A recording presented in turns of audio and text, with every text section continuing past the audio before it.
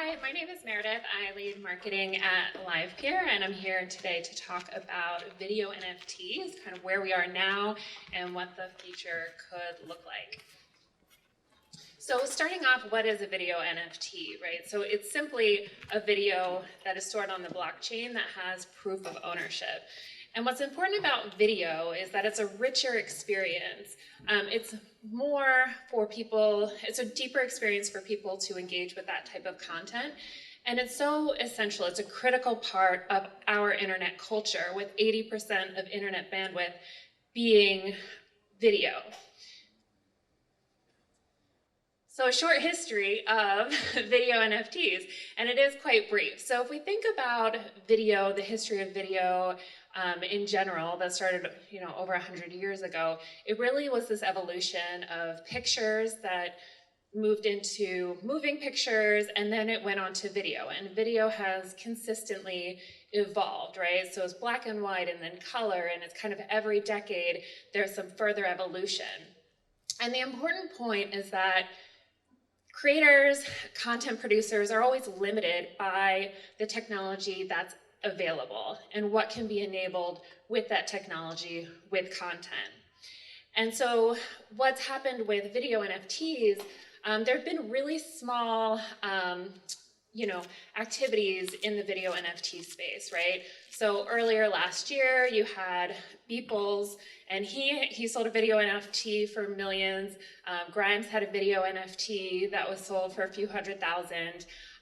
Quentin Tarantino last year released, scenes from Pulp Fiction that had never been seen before as video NFTs during this conference a year ago. But the theme there is really that it's so early in what video NFTs could be. So they're very animation style, or it's existing content that's just kind of moved on to, the blockchain, and it's just kind of ported over from Web 2. And so what is the limit of creating many more video NFTs, right? There are a lot of images and GIF NFTs, that market's blown up, but video is still very limited. And so what are the causes? So first, it's very expensive, right? So it's expensive to produce high quality video. There's a lot of back-end infrastructure that needs to be created to support video. So it's expensive. The other part is that, a main point of access for NFTs in general are marketplaces. And currently most of them have an upload limit of about 100 megabytes. So it really doesn't support a wide variety of video NFTs and what could be possible. Another piece is that the space is pretty limited in only having marketplaces, right? It's kind of limited in what those experiences can be digitally, instead of the capability of creating video NFTs that is integrated throughout many different types of digital experiences. And then I'd also say there's just some limitations with ERC20 and ERC 1155, because they're really more compatible with image and GIF style NFTs, and they're not really as useful for video in the format that it is. So what will make video NFTs take off? So really it's about, as tech evolves in general, it is enabling new experiences. Many of the times it's an evolution of an experience that we've already had, right? So simply like music, right? It goes to record, to DVD, to streaming. So there's just natural evolutions of things that we already do. And so with right now, there's kind of what's been done so far is having existing content move to NFTs, but the future is really about having native Web3 experiences to create video NFTs. And so what could that look like? There are really a lot of potential options. So you could imagine, obviously like gaming is huge, streaming of gaming is huge. What about, creating live minted clips of those streaming experiences? something like creating a cameo where, you send something to a friend, and that cameo is locked onto a platform. So really taking that and having ownership with it, and so it becomes portable and something you can take with you. I think authentication is really huge here, especially like if you think of things like recipes. You could have a video NFT of someone creating that recipe, and it could lock that they are the originator of that. Something else is social content, especially as things go viral. Sometimes it's hard to identify where it started. So you could imagine someone coming up with the original, TikTok viral craze, and them actually having that video NFT to authenticate that they, were the one who originally created it.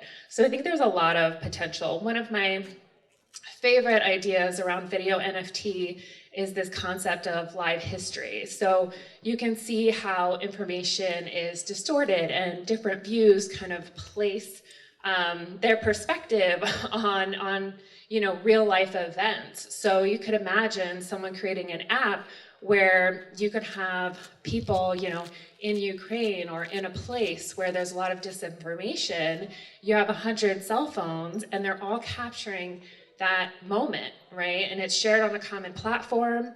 It has a timestamp, it has a geostamp, it can be verifiable by different outlets or by people in general to say, okay, this is accurately like what happened, and also many different views of this event, right? So I think there's so much potential for how video NFTs can be integrated into our life in many of these different instances.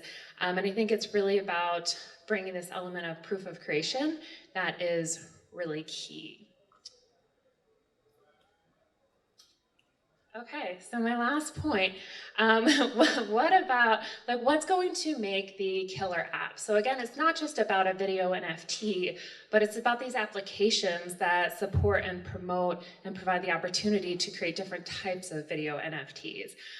So it's like, what makes this possible, scalable, and widely adopted?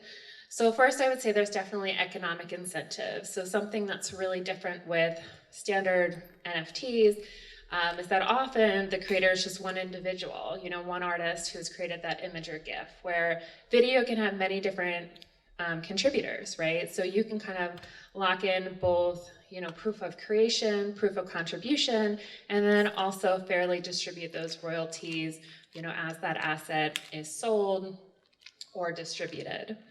Another part is, as I've mentioned, just having the capability of creating video NFTs integrated throughout many different digital experiences, and capturing whatever content is native to that style of app, whether it's video or, if there's full feature film distribution.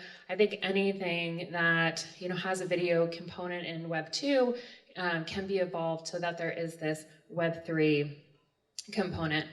Third, I would say is trust, and really about bringing the community. So there is so much fraud that is prevalent in these NFT marketplaces. You see about it all the time, about people's whose artwork is just copied and placed on these marketplaces, right? And it's really, there's no real incentive for these marketplaces to take down that content, right? It just creates volume for their platform. And it's also, a centralized team that is making a decision whether to remove that content or not. Whereas if you bring in the community that wants to make sure this content is verified, that brings trust to the overall movement, right, that other people would want to join because they understand that the content is verifiable and that authenticity is in place. So I think kind of activating the community and having more opportunities that are off marketplaces, just so that there is that involvement and contribution. And then lastly, I would say is common infrastructure, right? So marketplaces, if we want to 100x what NFTs can be in a few years or a decade, there's only so much that these centralized marketplaces can do, whereas if we move it to a common infrastructure, we can have many different types of applications that support video NFTs and what we're all building. So thanks for listening, and I look forward to growing this industry with you. Thank you so much, Meredith. That was fantastic.